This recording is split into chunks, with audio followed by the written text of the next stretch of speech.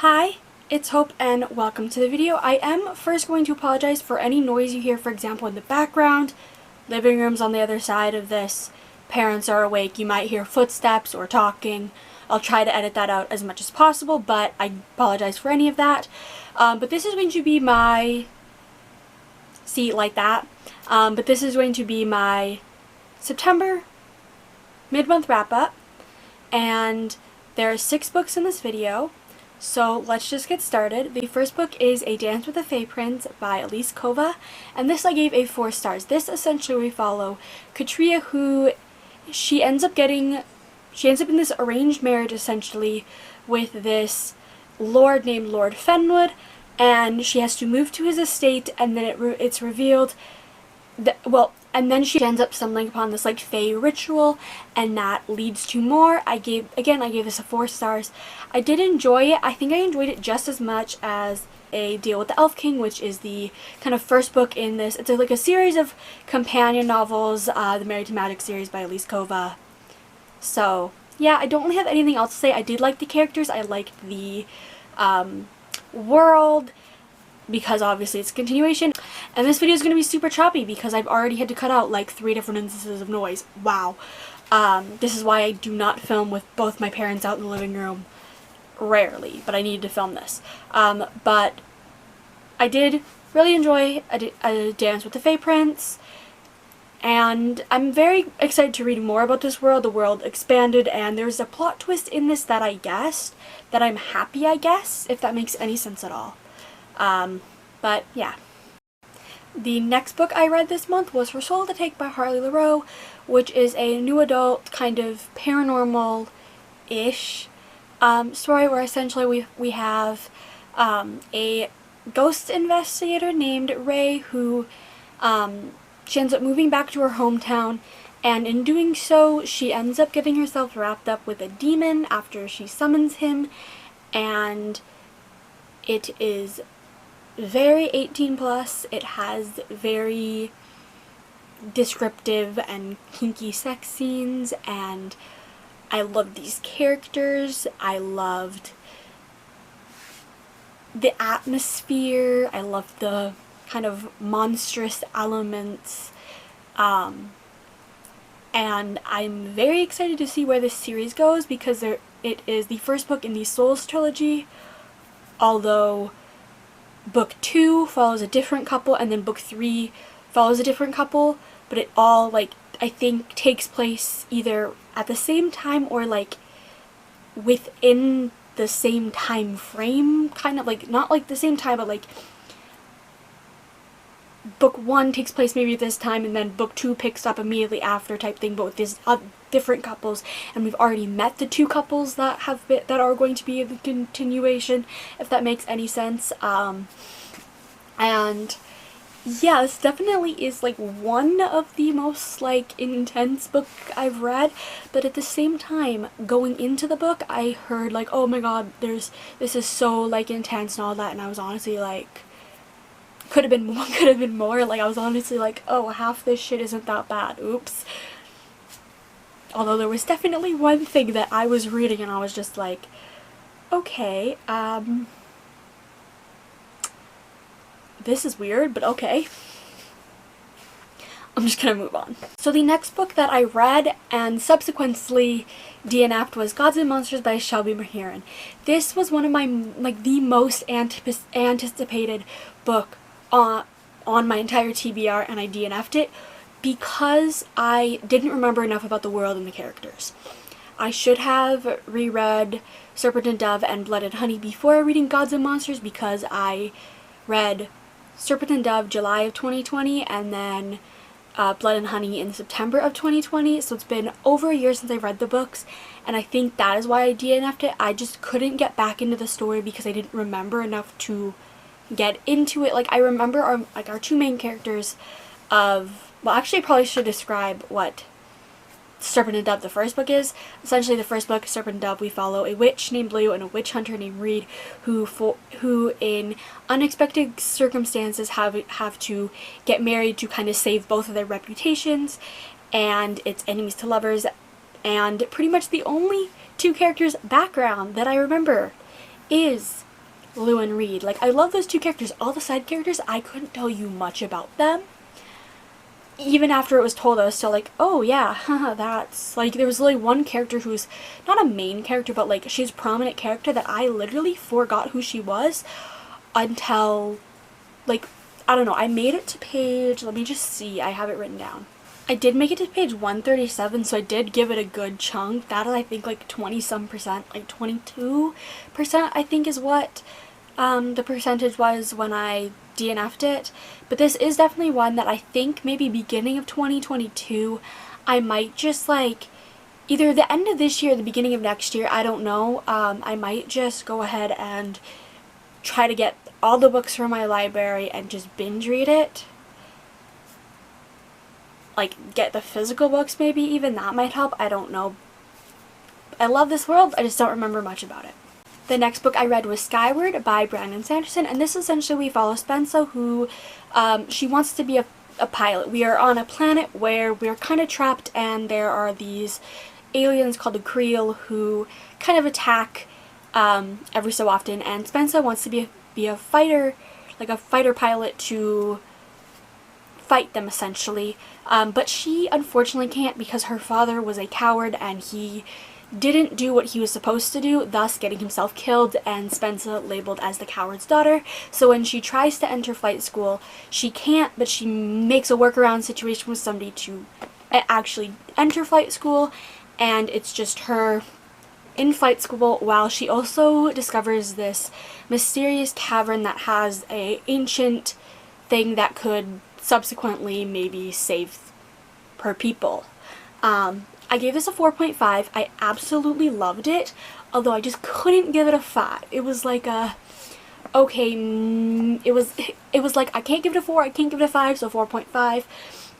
I absolutely love Spencer as a character. I love her story. I love how determined she is to become a pilot. Like, she'll do whatever it takes.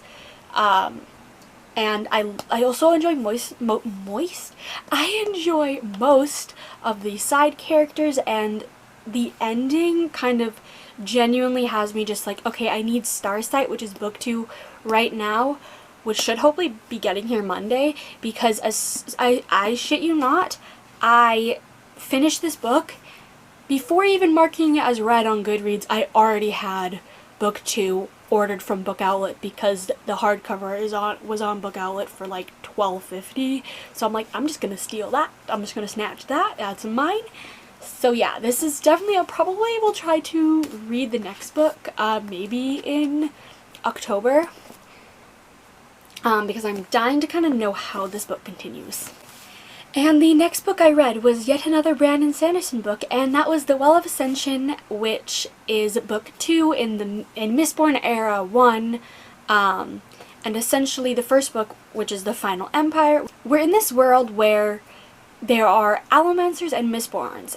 Allomancers are people that can ingest metals, and some people in this world are Allomancers, meaning that they can take the properties of a metal, ingest it, and use those properties. Those can be various different things.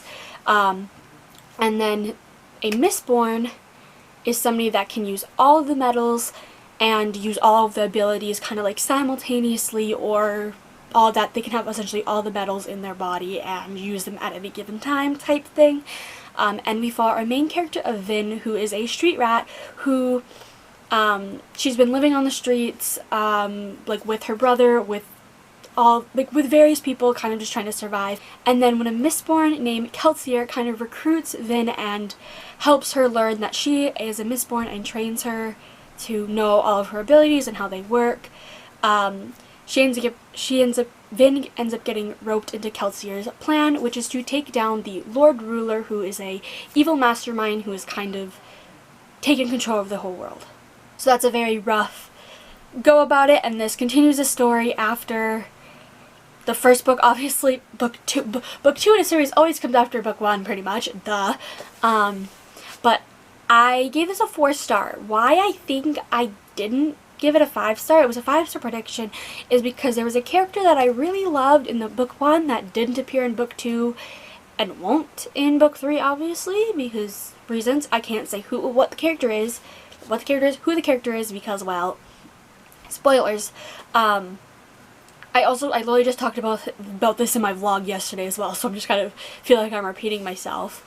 But I love Vin as a character. I love this world. I love learning more about this, and there's this like prophecy that Vin needs to try to fulfill, and it's really nice. It's really cool kind of like reading it and piecing it together based on what we know, because we know pretty much nothing about this world, pretty much. And yeah, there was a trope that I didn't like in this, which was like, send a character off only to reveal they didn't need to go off and do the thing in the first place and have to rush back because the main stuff is going on where they left type thing. That is a trope that I didn't like, but really enjoyed this book. I will be reading Hero of Ages probably in November, I think, is when I want to try to read it. I'm a little intimidated because it's huge, and I've heard that it is by some people, like I've heard from some people on BookTube that it is one of their favorite like conclusions to a series ever, and I'm like, oh no, what if I don't feel the same way? I'm a little intimidated by it, so probably like November, December. And the final book I'm going to mention in this video, aka the last book I finished, is Gemina by Amie Kaufman and Kristoff. This is the sequel to Illuminae, and essentially in Illuminae we have this colony that is attacked by this industry, and they have to kind of flee, and then when doing so they are chased essentially through space, and